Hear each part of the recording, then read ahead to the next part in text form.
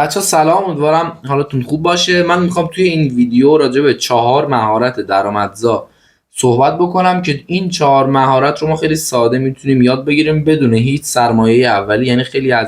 یعنی حداقل 3 تا از این مهارت ها نیاز به اون سرمایه اولیه رو نداره و ما از صفر میتونیم این کار رو شروع بکنیم. نیاز به یه لپتاپ گوشی توی دستمون داریم که بتونیم یکی از این شغل‌ها رو انجام بدیم و یه درآمد خوبی داشته باشیم. مثلا شما فرض کنید به غیر از درآمدی که از جای دیگه کار میکنید یا کارمند هستید یا جای دیگه کار میکنید، فرض کنید بازار کار میکنید، کارمند هستید، هر شغل دیگه ای دارید، میتونید این شغل‌ها رو به عنوان شغل دومتون بسا شغل اولتون هم استفاده کنید که خیلی به نظر خودم این روزا قراره ترند بشن، معروف بشن و شغل‌هایی بشن که خیلی روی سر زبونا میفته و همه چی به سمت این میره. اولین شغلی که به نظر خودم خیلی بازار خوبی داره شغل طراحی سایت. حالا طراحی سایت رو شما چجوری یاد بگیری، به چیا نیاز داری، مسیرش چجوریه؟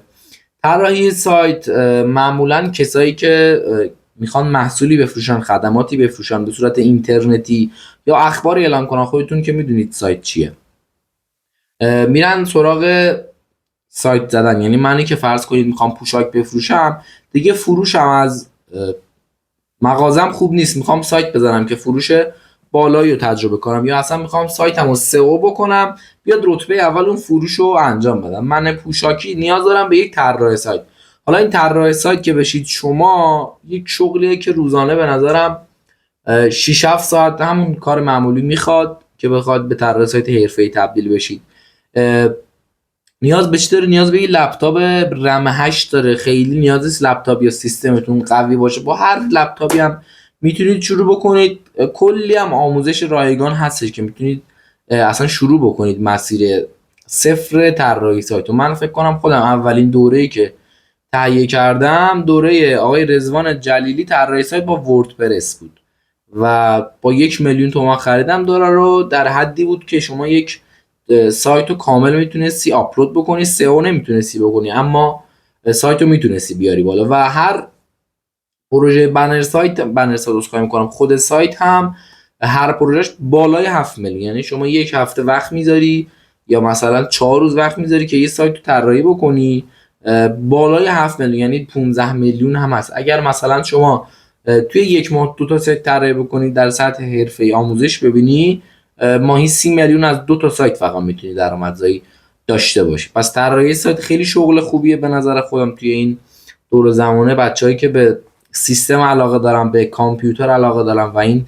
حال و هوا رو دوست دارن، میتونن این شغل رو یاد بگیرن. شغل جذابی هستش که داره شغلی که دارید. شغل دوم مهارت ادیت. حالا ادیت چیه؟ ادیت عکس منظور ما نیست، مهارت طراحی و عذرخواهی میکنم مهارت ادیته. اگر گوشی توی دستتون دارید یا اگر لپتاپ سیستم دارید یا هر چیزی که اصلا ممکنه فامیلتون لپتاپ داشته باشه، خودتون یه گوشی خوب داشته باشید، همسایتون، هر کی از هر جا میتونید پیدا بکنید این گوشی یا لپتاپ خوبو. اگر لپتاپ دارید، اولین نرم افزار که درآمد بسیار بالایی داره نرم افزار پریمیر، ادوبی پریمیر. ادوبی پریمیر چه نرم افزاری؟ نرم افزار تدوین و ادیته. فیلم ها، ادیت ها اسخای میکنم، ریلز های اینستاگرام، ویدیو هایی که شما توی یوتیوب، توی اینستاگرام، توی تلگرام، توی تلویزیون حتی میبینید، فیلم های سینمایی با نرم افزار پریمیر انجام میشه. یعنی نرم افزار پریمیر نرم افزاری که رنگ و نور رو برای شما تنظیم میکنه، صدا، زیرنویس، انواع ادیت های مختلف. چه میدونم ماشین از اونور پرت میشه انفجار پیدا میکنه، رنگ و نورش مثلا پخش میشه به جای دیگه. کلا بزنید راجع به پریمیر بخونید، میتونید با سیستم ادیت های خوب بزنید اگر علاقه دارید. چجوری یاد بگیرید؟ توی کانال یوتیوب آقای رضا نظربیگی، چنل پویوت آکادمی، 0 تا 100 این مهارت رو به شما یاد داده. یعنی کاملا رایگان، یک نرم افزار که 0 تا 100 شما یاد بگیری، میتونی توی اینستاگرام تولید محتوا انجام بدی و ازش به درآمد برسی. خیلی ساده و سریع، خدا خیرش هم بده، واقعا خیلی خوب یاد میده. مهارت بعدی، البته پریمیر رو باید خودتون سرچ بکنید توی گوگل که ببینید مهارت ادیت با پریمیر چه شکلیه و اینکه چجوری میتونید باش خوب ادیت بزنید و یاد بگیرید. من اینو تنظیم کنم دیگه. من ببخشید اینو همینجوری دارم میگیرم، ادیتوری ندارم و این فکر کنم اولین ویدیو من باشه توی چنلم. مهارت بعدی که اگر شما سیستم ندارید یا اصلا لپتاپ ندارید میخواید انجام بدید، مهارت ادیت با کپکات یا اینشات، که من به نظرم کپکات بهتره. کپکات یک نرم افزار بسیار کاربردیه. با همین گوشی که من دارم فیلم میگیرم، با همین گوشی که شما دارید این ویدیو رو نگاه بکنید، بهترین نرم افزار برای ادیت. یعنی بعد از پریمیر من میگم فقط کپکات خوبه. یعنی من نرم افزاری بهتر از کپکات تا حالا ندیدم خوب ادیت بزنه.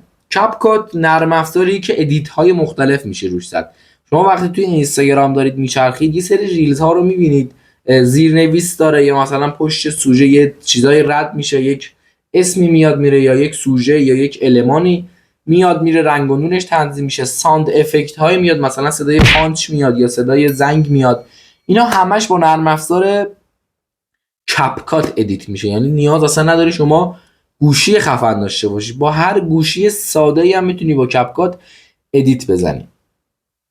من اول معرفی میکنم مهارت های درآمدزا رو، توی مرحله آخر هم مسیر استارت آموزش یا اینکه چجوری بتونیم ازش به درآمد هم برسیم و قرار آموزش بدم. اینم از کپکات. مهارت بعدی که مهارت خود بنده هستش فتوشاپه، یعنی همون گرافیک، طراحی گرافیک. فتوشاپ یه نرم افزاریه که به نظر من پردرآمدترین نرم افزار شرکت‌های ادوبیه. شرکت‌های ادوبی یک سری نرم افزارها دارن: پریمیر پرو، افتر افکت، فتوشاپ و ایلاستریتور، که هر کدوم یک بخشی از قسمت طراحی رو در بر میگیره. نرم افزار ایلاستریتور معمولا برای طراحی لوگو استفاده میشه.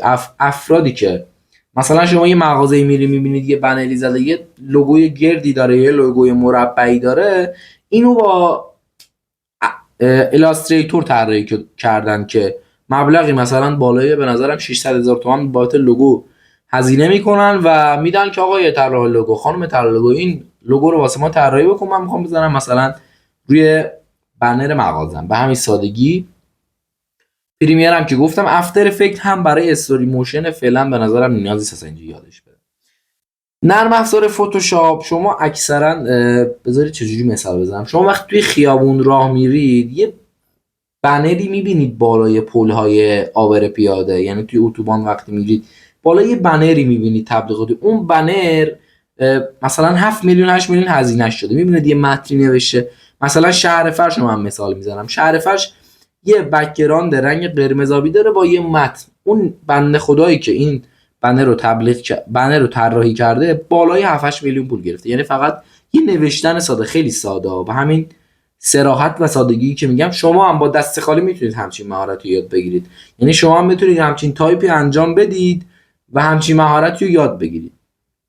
چرا فتوشاپ پردرآمدترین نرم افزار؟ فتوشاپ خیلی زیاد داره عواملی که بشه ازش درآمدزایی کرد. من مثلا انگشتام ممکنه کم بیاد. ببینید من اول میگم کارهای چاپی، کارت ویزیت، بروشور، تراکت، انواع ست های اداری، دیدید از این برگ کاغذ ها، انواع کارهای چاپی، مثلا دیگه چجور چاپی مثلا بزنم، بنر تسلیت میدید مثلا این بنر، اینا رو با فتوشاپ یا بعضی از نرم افزارام هستن که طرف، یعنی این 5 تا برای چاپی که بازم هست قسمت های چاپی، این 5 تا برای چاپی. حالا قسمت بعدی فتوشاپ، ببینید چه حوزه عجیب غریبیه. وقتی شما وارد یه سایت میشید که بهتون توی مرحله اول گفتم طراحی سایت انجام میدید، اون سایت شما یه سری المان ها داره، یه سری بنر ها داره. اگر مثلا شما وقتی میرید داخل دیجیکالا، اون اولین بنری که اینجوری توی اسلایدر میبینید شما به این شکله، اون با فتوشاپ طراحی میشه. هزینه هر کدوم از اونها هم بالای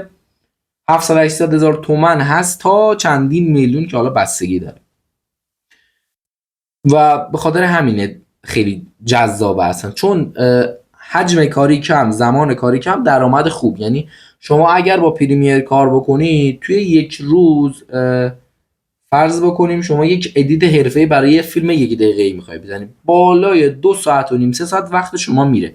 یعنی اگر 2 تا ویدیو شما ادیت بزنی، خب با نرم افزار پریمیر اصلا کپکات سر هم ما بگیریم، شما خیلی بگیری 1 میلیونه. یعنی مثلا خیلی زیاد گفتم که اصلا خیلی این مبلغ رو نمیگیرن.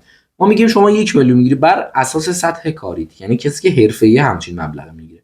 شما در استارت مسیر نمیتونی همچین مبلغی رو بگیری، باید زیر 700 تومان کار بکنی. 2,000,000 فرض کنیم شما در آوردی از 2 تا ادیت ویدیو و حداقل 6 7 اصلا بگیریم 3 تا و حداقل 9 ساعت از روزت میره. اما اگر شما با فتوشاپ کار بکنی، هر بنر تقریبا به نظر خودم 1 ساعت تهش 1 ساعت و نیم ایده یابی و طراحیش زمان میبره، یعنی یک مسیر ساده ای رو داره. این کاری که شما انجام بدی سفارشات زیاده و سرعت کارت بالاتر. یعنی اگه من به شما 10 تا بنر نیاز دارم، به شما 10 تا بنر سفارش میدم، این 10 تا بنر شما میگی 300,000 تومان. 10 تا بنر از شما کلا 4 ساعت 5 ساعت 6 ساعت تهی زمان میبره. چقدر در آوردی؟ خودت حساب کن به همین سادگی. بنر سایت، بنر استوری، بنرهای بیلبوردی، عرض کنم خدمت شما، تامنل یوتیوب، کاور ریلز، هایلایت، پروفایل، انواع طراحی‌ها، جلد کتاب، چه میدونم، ما هر چیزی که دورمون نگاه بکنیم با فتوشاپ داره طراحی میشه. روتوش صورت، ادیت عکس، ادیتورها، عکاس‌ها. اصلا فتوشاپ نرم افزاریه که خیلی در بر میگیره، خیلی حوزه ها داره برادرم ادزایی. اینم از نرم افزار فتوشاپ که من توی چنل خودم به اسم چنل امیر فتوشاپ آموزش دارم میدم. 0 تا 100 رو برید ببینید کیف کنید. و مرحله آخر اونم که مهارت درآمدزایی هست، به نسبت اینا خیلی کمتر و وقتگیره، ادمینیه. ادمینی هم که دیگه میدونید 0 تا 100 شو دیگه. شما یه پیج رو دست میگیرید، مثلا فرض کنید من شما یه پیجی میسپارم، میگم فلانی آقای فلانی خانم فلانی شما هر روز برای من یک استوری بذار، یا مثلا تولید محتوا انجام بده، اینو این ساعت بذار، مثلا چه میدونم استوریو فلان ساعت بذار و باید شما الگوریتم این اینستاگرامو تا حد بالایی بلد باشی. یعنی مثلا از 100% حداقل 60-70% باید شما الگوریتم اینستاگرام رو بلد باشید، چه ساعتی پست بذارید، تعاملاتتون رو انجام بدید و اینا رو هم توی یوتیوب میتونید آموزش ببینید. خب حالا ما این مهارت‌ها رو گفتیم، چجوری درآمدزایی رو شروع بکنیم، چجوری بتونیم از این مهارت به درآمد برسیم، پول در بیاریم از این مهارت. من از خودم میگم، من موقعی که توی بازار کار میکردم، توی بازار بزرگ خیام کار میکردم، از ساعت 8 صبح تا 5 بعد از ظهر کار میکردم. بعد از این که میومدم بدون اینکه باشگاه برم، یعنی ورزش نمیکردم، من گفتم حالا که من از 5 تا 11 شب بیکارم، بشینم چیکار کنم؟ یعنی تایمی ندارم گوشی بازی کنم ولش کن. آقا من دارم از بازار یه درآمدی کسب میکنم، بیام 4 ساعتم مثلا از 5 یه استراحت میکنم، 6 تا ساعت 9 شب 3 ساعت یه درآمدی واسه خودم پیدا بکنم. شروع کردم به طراحی و با فتوشاپ آشنا شدم و مسیرمون اومده که الان من با فتوشاپ دیگه میبینید این وضعیت صندلی ما و این لپتاپو شروع کردیم به درآمدزایی از فتوشاپ و دیگه بازارم ول کردیم. مثلا در این حد میخوام بگم که شما سعی کنید یک مهارت پولسازی یاد بگیرید. توی سال 1404 دیگه شما 1 سال گذشته و اون 1403 خیلی عذر میخوام زهر ما رو گذشته و دیگه وقت پیشرفته، وقت ما یه سری چیزا رو یاد بگیریم، پیشرفت بکنیم، پول توی جیبمون رو زیاد بکنیم، بدونیم تکلیفمون با خودمون چنده. حالا این مبحث بماند. مسیر طراحی سایت، شما میتونید توی گوگل سرچ کنید، دوره های آموزشی هستش، انواع اقسام دوره های آموزشی، وردپرس، CMS اختصاصی و کلی آموزش های دیگه. بهترین کار به نظرم اینه که شما میتونید داخل یوتیوب اولا سرچ بکنید ببینید آموزشی هست یا نه، اگر بود که نگاه بکنید، اگر نبود شما میتونید دوره آموزشی تهیه بکنید. مهارت ادیت هم همچنین، پریمیر رو من گفتم، حالا آقای رضا نظربیگی پویت آکادمی داخل چنلش و توی یوتیوب خیلی یا پریمیر رو دارن یاد میدن کاملا هم رایگان، فقط نیاز به تمرین مداوم داره. طراحی و گرافیک هم که خود بندم توی چنلم دارم آموزش میدم، چنل امیر فتوشاپ، و آقای رضا نظربیگی هم که گفتم پویت آکادمی، توی چنلشون کل نرم افزارهای ادوبی 0 تا 100 یاد داده. یعنی اگر شما هم دوست داری طراحی لوگو انجام بدی، 0 تا 100ش آقای رضا نظربیگی چنل پویت آکادمی، چقدر گفتم اینو، داخل چنلش آپلود کرده، کاملا هم رایگان شما میتونید انجام بدید. ادمینی هم عرض کنم اینم بگم که طراحی و گرافیک هم شما باید به نظرم برای فتوشاپ یه دوره تهیه بکنید، یه دوره آموزشی، علاوه بر این که خیلی توی فتوشاپ توی یوتیوب آموزش 0 تا 100 میذارن ولی اون مهارت رو یاد نمیدن، اون درجه حرفه‌ای شدن رو به شما یاد نمیدن، فقط کار با فتوشاپ رو بهتون یاد میدن و اصولش هم مثلا همینه، باید هم همین باشه، چون حرفه‌ای شدن نیاز به هزینه و زمان داره. ادمینی هم که شما فقط کافی الگوریتم اینستاگرام رو توی گوگل بزنید بخونید، همین خیلی ساده، و کسایی که آموزش میدن داخل اینستاگرام خودتون با تحلیل میتونید الگوریتم اینستاگرام یاد بگیرید، نیاز نیست دوره آموزشی بخرید. ببینید ریلزای بقیه رو چیکار میکنن، چند تا ادیت میزنن، چند تا کات میدن، چه دیالوگ های میگن، چه قلابی میگن، کی میذارن پست استوری چی میذارن، اینا رو بررسی بکنید و اینجوری میتونید درآمدزایی داشته باشید.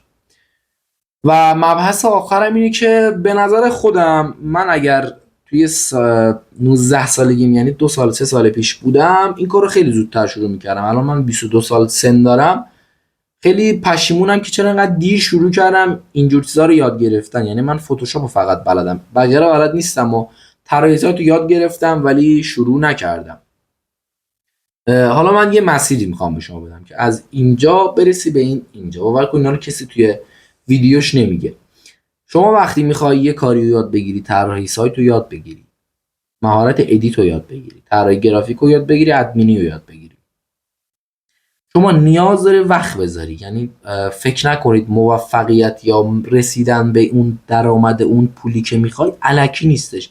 یک روزه من نمیتونم به درآمدزایی برسم. من اگر طراحی سایت بلدم، اون مهارتم رو باید نشون بدم به کسی. درسته؟ من الان فرض کنید نشستم طراحی سایت یاد گرفتم، خب چیکار کنم؟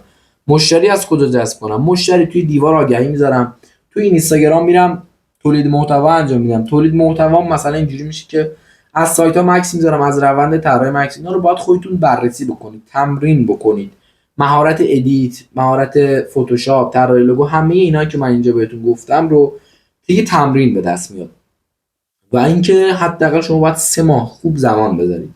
مسیرش هم اینجوریه که اگر سر کار میری، اگر مدرسه میرید، روزانه فقط 3 ساعت، یعنی اصلا 2 ساعت 3 ساعت وقت بذارید برای آموزش دیدن، وقت بذارید تمرکزتون رو بذارید روی همچین مهارت هایی و یاد بگیرید. خیلی ها هستن با مهارت ادیت کپکات، یعنی فقط با مهارت ادیت کپکات پول در میارن. یه خانومی رو من توی کانال یوتیوب دیدم، اسم خانمم هما بود اگه اشتباه نکنم. این خانم هما خیلی ساده میاد، فقط توی کانال یوتیوبش از دوربینش اسکرین ریکورد میگیره، دیگه همتون دارید اینو، اسکرین ریکورد میگیره، آموزش میذاره از کپکات و درآمد خوبی داره. یعنی هر فکر کنم مثلا 30 40 تا ویدیو داره، همش 1000 تا بازدید رو گرفته و چنلش به زودی بیشتر از اینا هم میشه. حالا خیلی ساده، یعنی با یه گوشی ساده داره پول در میاره از یوتیوب به همین سادگی.